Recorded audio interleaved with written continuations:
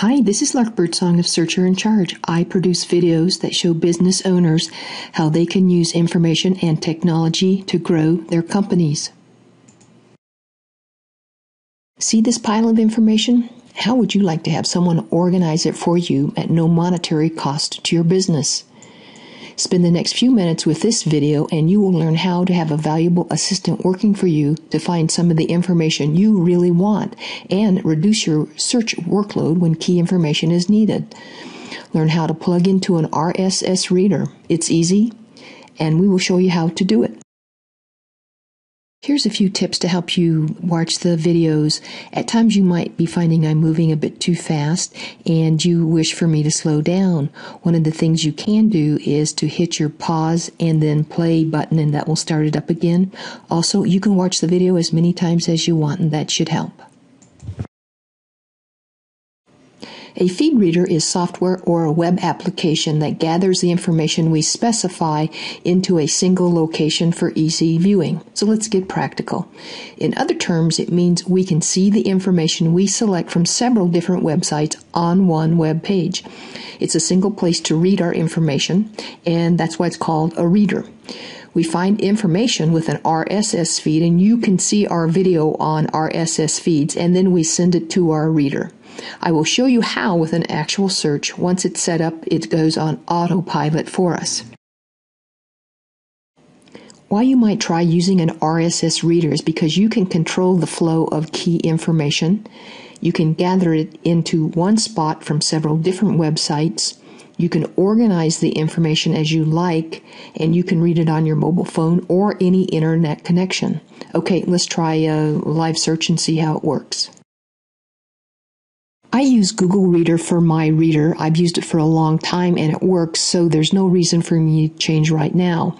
If I found something that served a better purpose, I probably would, but this works fine, so I'm sticking with it. Others will work very well too, so you can experiment with the two I've given you, and then if you have recommendations from other folks, try those out if you want. Here's what it looks like when I first log in. I log into Google Reader and it asks me to sign in, and then I have just a kind of an overview, things I've recently starred. And these are my subscriptions down here.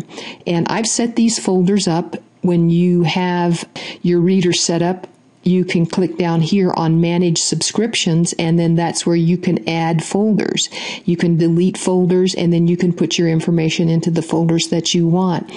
And so my feeds come in here. I have a daily feed, and I can look, I click on it, and then everything in my daily one is there. I know this is information that's really current, daily news. What I do is I read the title, and if there's nothing in the title that engages me, I mark all as read. Here's some of the areas that I track, and if I were to want to read those, I can. I've got several subscriptions in here for my search one, and if I click on it, it will bring up just the Read Write Web subscription. Not interested in that. I'm going to click it read.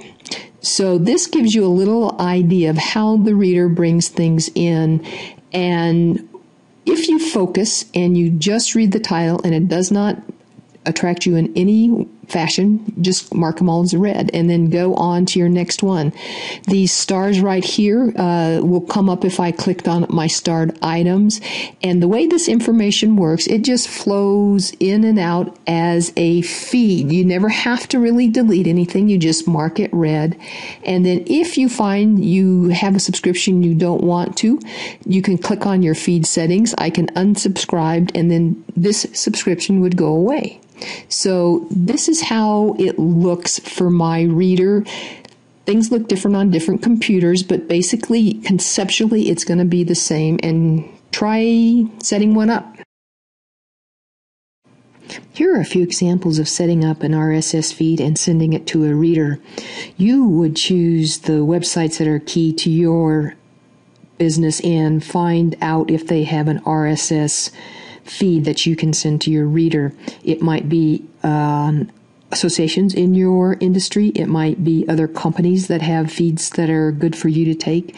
Industry news experts writing about the particular product or service you offer, you would just look at the sites that have key information and then see if they have a feed that you want that you can send to your reader.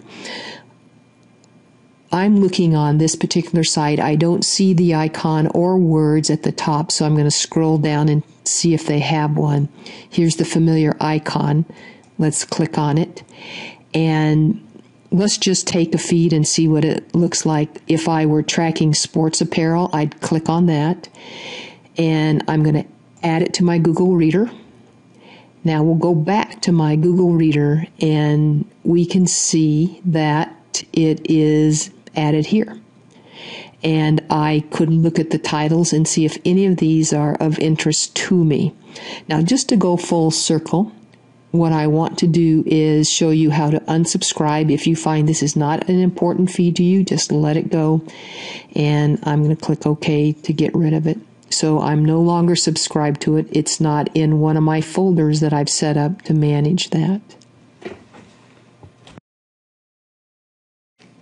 Here are just a few more examples of how to find some feeds and how they might look. Here's an industry association for the American Beverage Association.